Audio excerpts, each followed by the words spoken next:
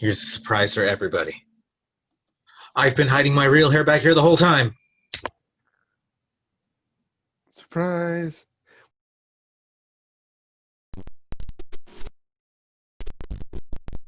Welcome back, travelers, to Legendary Lore, where I, Ricky, will be regaling you with tales about Jace, while my Fabio of a co-host, Joe, will be interjecting from time to time. Say hello, Joe. It's what I do. It is what he do. What he do is what he do. Now, when we last left off, Jace had just met up with the Gatewatch, basically, after regaining all of his memories on Ixalan, and he finds out Nisa left the Gatewatch, because that's the thing that happened. So, Jace leaves the rest of the group. He goes over to Zendikar. He's like, Nisa, join me. Again, you can help. She's like, no, I need to protect Zendikar. And he goes, okay, I try. He goes back to he goes back to the Gatewatch, goes to Ravnica to fight Bolas. They immediately become trapped because Bolas already put the Immortal Sun in the tower, the new prov for the Towers of the Azorius Senate, which is being controlled by Dovin Baan. Oh, snip, snap. What? What was that? What? How? What? He didn't know. Yeah. What? Okay, so you got so dumb. So Vraska is in the leader of the Golgari. You got Dovin Baan, and he's controlling the Azorius. That's the immediate problems for Jace.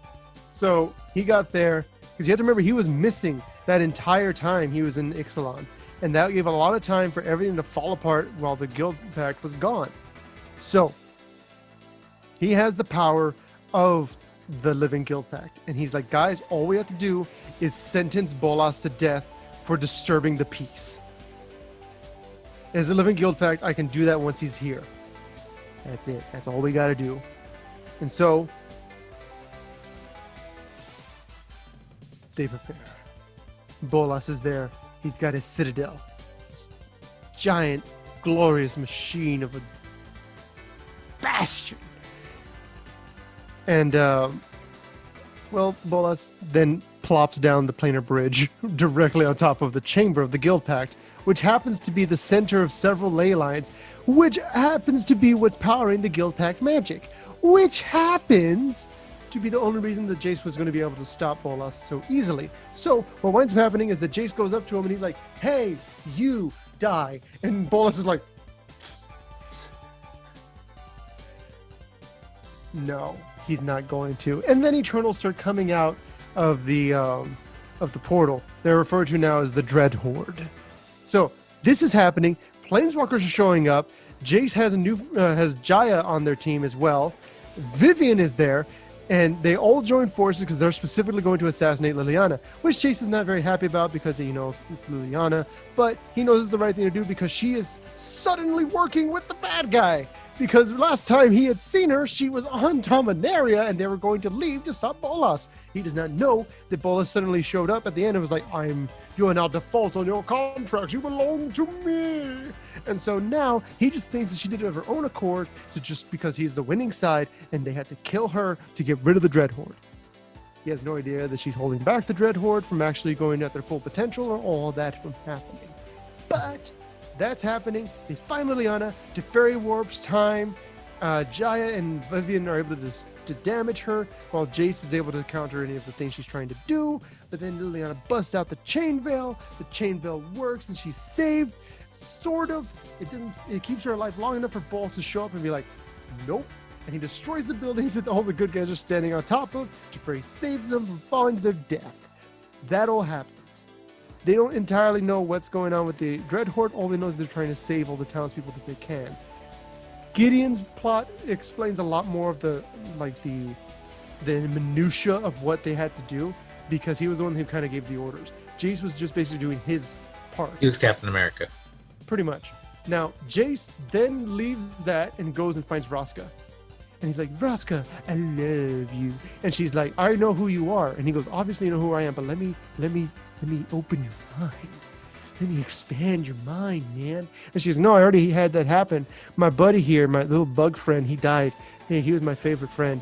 He helped me out. He was able to unlock everything in this noggin. And she's like, I know who you are. She goes, I love you too. And he's like, I love you. And so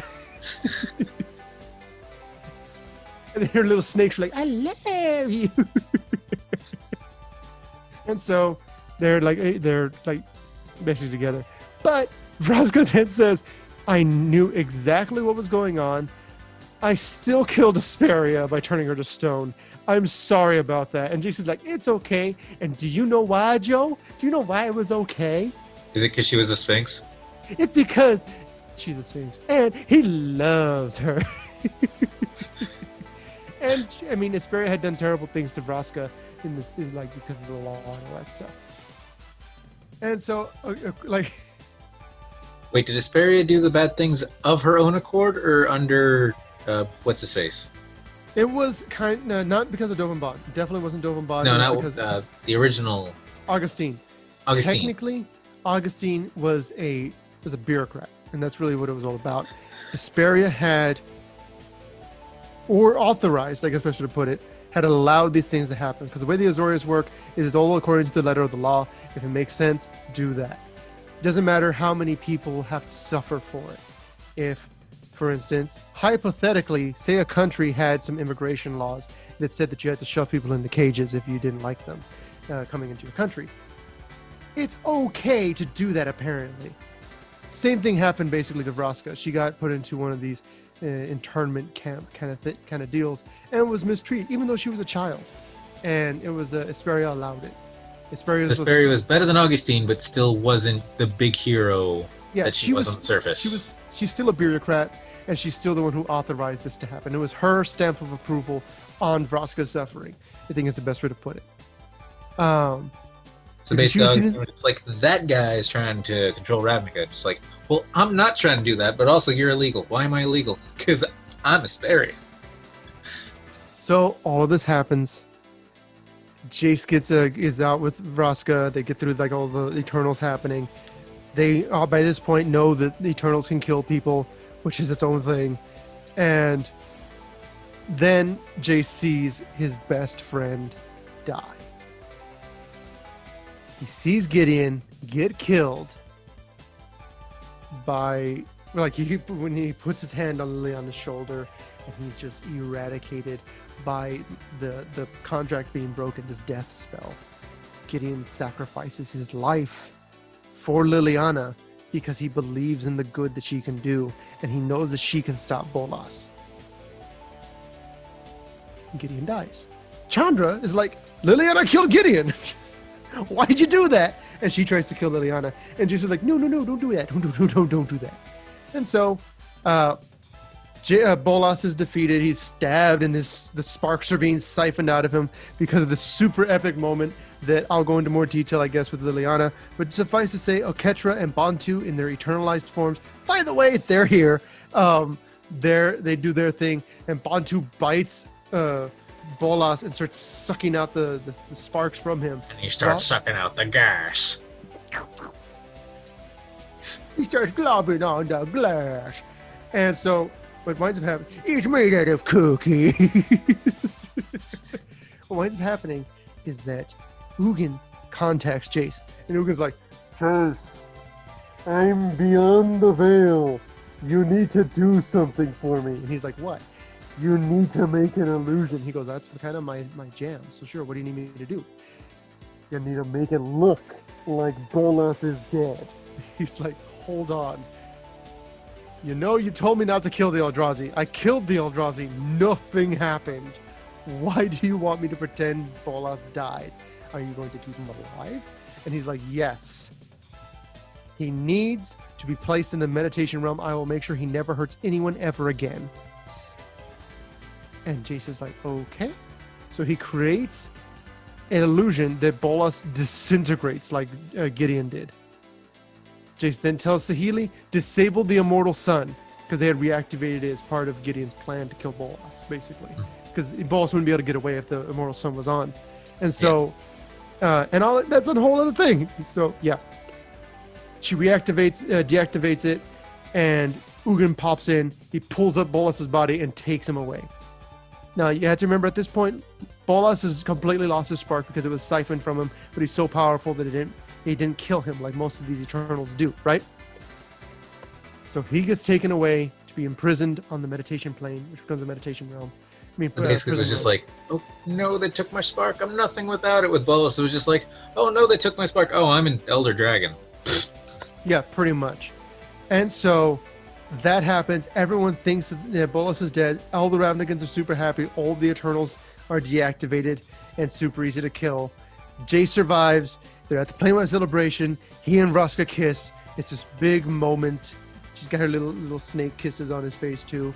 And in the aftermath of that, Jace goes to the memorial service for Gideon that's on Theros. There's a new living guild pact. He's no longer living guild pact. Now it's Niv Mizzet. Niv Mizzet then says, okay, look, Jace, Chandra, you guys are out. I'm not telling you what's going on. But Vraska, Kaya, Ral Zarek, you three are guild masters. Ral is guild master of the Azet. Kaya is guild master of the Orzhov. Vraska is of the Golgari. They're bound by the guild pact. And so Vraska, he goes, you're going to go kill Dovin Bond. Kaya, you're going to go kill Liliana. Ral, you're going to kill Tezzeret. Jace and Vraska, they confessed their love to each other and all that stuff. But the fact that she lied and she puts the Golgari ahead of Jace makes them grow apart, apparently. And they break up because Vraska accuses Jace of having feelings for Liliana. That last part is all part of its own story. It's none of their character development led up to that at all. No. Vraska is suddenly insecure about their relationship. Jace suddenly can no longer trust either. It makes no sense at all, but that's what the plotline decided. Everyone got wrecked by that story. Literally everyone who showed up in it was done a disservice in some way or form. I hate it. I do like that it set up Vraska, Kai, and Ral as these bounty hunters, but then it goes on to basically get rid of all those guys. Dovin is... I'm not going to get into that because it's Vraska's story, but it's trash. But... Wait, do they do the bounties? What? Do they already go on their bounty hunting missions? Or? Mm-hmm. All of that happens. It all happens. Some of the stuff is pretty good, but like there's some major character developments that are terrible. Undone. That are undone. Yeah. So that's where we're going to end this episode, is with that. It's still technically canon that happened, that Vraska and Jace broke up, and that's basically where Jace is at this point. They've all already met basically every other planeswalker, so Jace knows Nahiri. Jace knows a lot about everything.